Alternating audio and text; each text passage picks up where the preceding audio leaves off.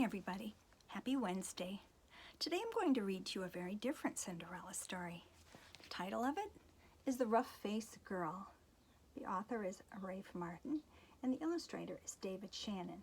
You may know David Shannon's work. He is the author of No David, that very silly book about the little boy.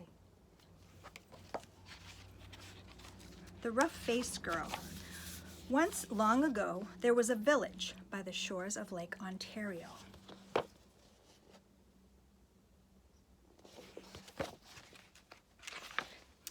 Off from the other wigwams of this village stood one great, huge wigwam. Painted on its sides were pictures of the sun, moon, stars, plants, trees, and animals. And inside this wigwam, there was said to live a very great, rich, powerful, and supposedly handsome, invisible being. However, no one could see him, except his sister, who lived there too. Many women wanted to marry this invisible being, but his sister said, "Only the one who can see him can marry him."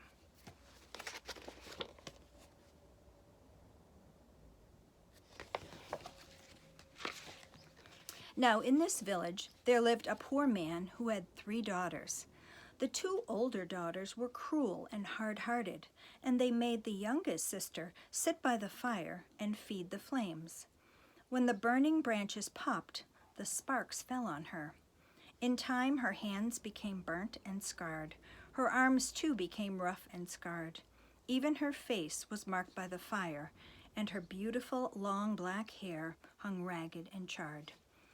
And those 2 older sisters laughed at her, saying, "Ha! You're ugly, you rough-faced girl!" And they made her life very lonely and miserable indeed. There's the 2 sisters, and there's the rough-faced girl taking care of the fire. One day, these 2 older sisters went to their father and said, "Father, give us some necklaces, and give us some new buckskin dresses. Give us some pretty beaded moccasins. We are going to marry the invisible being." So their father gave them these things. Dressed in their finest, the 2 girls marched through the village. All the people pointed and stared. "Look at those beautiful girls. Surely they shall marry the invisible being." And if those 2 girls were proud and hard-hearted before, they were even prouder now. They walked haughtily through the village. At last they came to the wigwam of the invisible being, and there was his sister waiting. They do look very proud. "Why have you come?" she asked. "We want to marry the invisible being," they answered. "That's why we're here.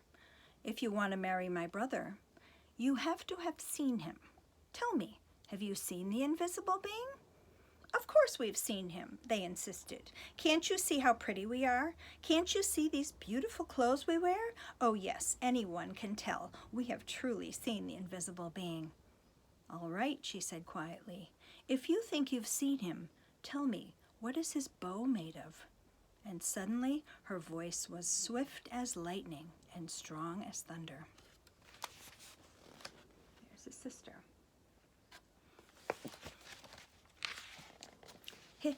His bow, they stammered. His bow?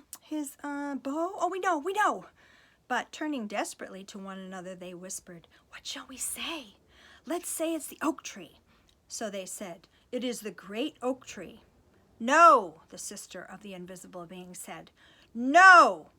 Oh, she saw at once how they lied. "Tell me, if you think you've seen my brother, the invisible being, what's his runner of his sled made from?" "Oh, we know," cried the sisters, but whimpered feverishly. And again they wondered, "What shall we say? What shall we say? Let's say it's the green willow branch." "No," the sister said when she heard. "No, you have not seen my brother. Go home." "Just test us fairly," they said. "We have seen him. Just don't ask us all these silly questions." Do you think they had seen him? "All right," said the sister of the invisible being. "Come with me." She took them back to the great wigwam and sat them in seats furthest from the entrance, the guest seats. Soon they heard footsteps coming along the path. Then someone stepped inside. Though they heard breathing, the two sisters could not see a thing. Suddenly a great bow and a beaded quiver of arrows appeared in the air and were set down. But though those two girls sat there, their eyes wide, all through that night, they never saw a thing. In the morning, they had to go home ashamed. They saw his bow and his quiver of arrows, but they couldn't see him. The next day, the rough-faced girl went to her father and said, "Father, may I have some beads? Please, may I have a new buckskin dress and some pretty moccasins? I'm going to marry the invisible being, for wherever I look, I see his face." But her father sighed. "Daughter," he said, "I'm sorry. I have no beads left for you, only some broken shells. I have no buckskin dress, and as for moccasins, all I have left are on my own worn, cracked, and stretched out feet. They're much too big, but whatever you can spare, I can use." So he gave her these things.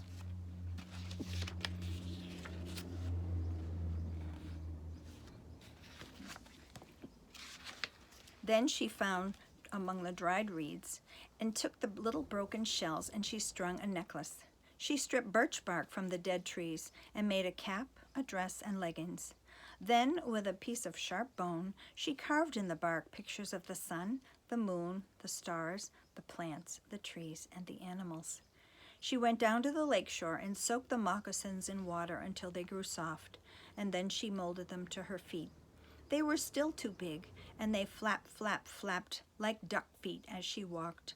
Then all of the people came out of their wigwams. They pointed and stared. "Hey, look at that ugly girl! Look at her strange clothes! Go home, you ugly girl! You'll never marry the invisible being!" But the rough-faced girl had faith in herself, and she had courage. She didn't turn back. She kept walking right through the village. She was very brave.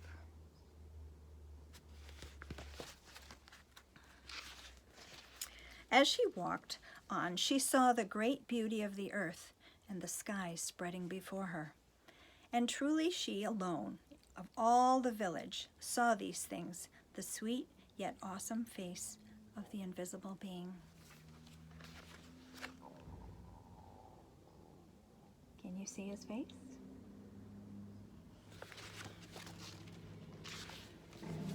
At last she came to the lakeshore, just as the sun was sinking behind the hills, and the many stars came glittering out like a fiery veil in the darkening sky overhead. And there, standing by the water's edge, was the sister of the invisible being waiting. Now the sister of the invisible being was a wise woman. When she looked at you, she didn't just see your face or your hair or your clothes. No. When she looked at you, she would look right into your eyes, and she could see all the way to your heart. And she could tell if you had a good, kind heart or a cold, hard, cruel one. And when she looked at the rough-faced girl, she saw at once, though her skin was scarred, her hair burnt, her clothes strange, she had a beautiful, kind heart. So she welcomed her dearly, saying, "Ah, my sister, why have you come?" And the rough-faced girl replied, "I have come to marry the invisible being." There's the sister. "Ah," said the sister, "if you want to marry him, you have to have seen him. Tell me, have you seen my brother, the invisible being?" And the rough-faced girl said yes. "All right then. If you have seen him, tell me, what is his bow made of?" And the rough-faced girl said, "His bow? Why, it is the great curve of the rainbow."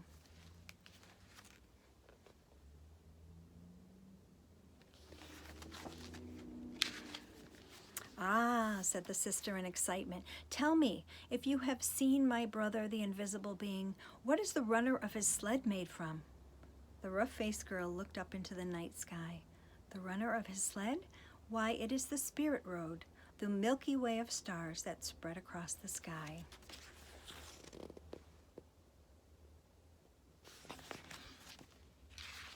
"Ah," cried his sister in wonder and delight, "you have seen him. Come with me."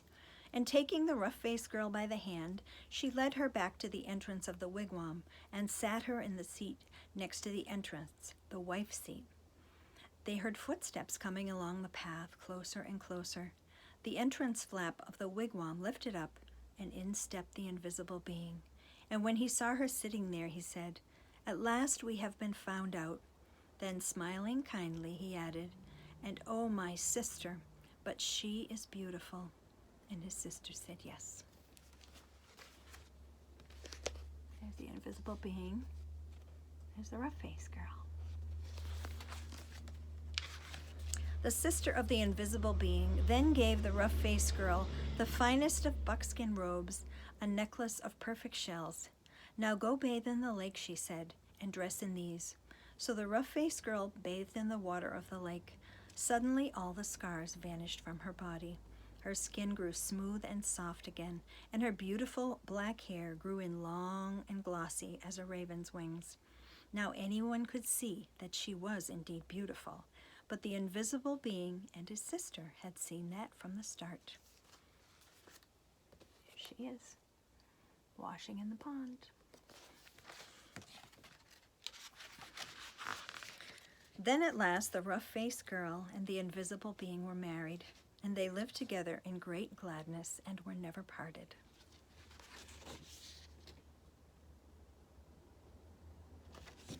So let's take a look at our chart today. What was the girl's name in this story? She was called the rough-faced girl. Was there a fairy godmother that did magic? There really wasn't a fairy godmother, but I think the invisible being had a sister who could see way down into her heart to see if she was a good person. Was there a stepmother? There was not. Were there two mean sisters? Yes. And was there a dress? There was a dress that the sister gave to the rough-faced girl. It was made of buckskin. Did she go to the ball? Did she go in a carriage?